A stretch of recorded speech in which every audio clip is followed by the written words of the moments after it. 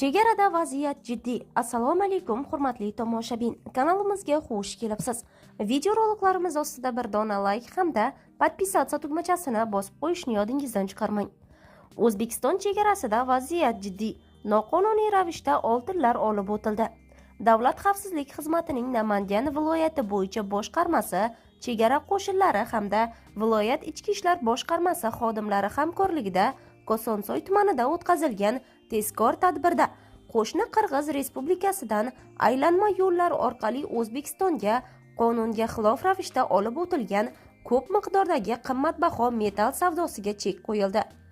Xususan, Kosonsoy tumanida yashovchi 1996-yilda tug'ilgan, ismi qisqartirilgan YT tog'asi 1988-yilda tug'ilgan shaxsni ko'rsatmasiga asosan davlat chegarasini noqonuniy tarzda kesib o'tib, Qirg'iz Respublikasidan mamlakatimizga hududiga taxminiy summasi 1,1 milliard so'm bo'lgan umumiy og'irligi 1 kilogramm 168 gramm miqdoridagi oltin quymasi parchalarini olib kirgani haqida tezkor ma'lumot olindi.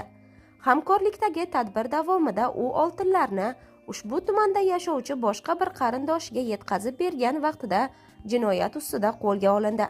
Natijada ushbu shaxslarga nisbatan Jinoyat kodeksining 182-moddasi 2-qismi A, B bandlari va 223-moddasi 2-qismi B bandi bilan jinoyat ishi qo'zg'atilib, tergov harakatlari olib borilmoqda.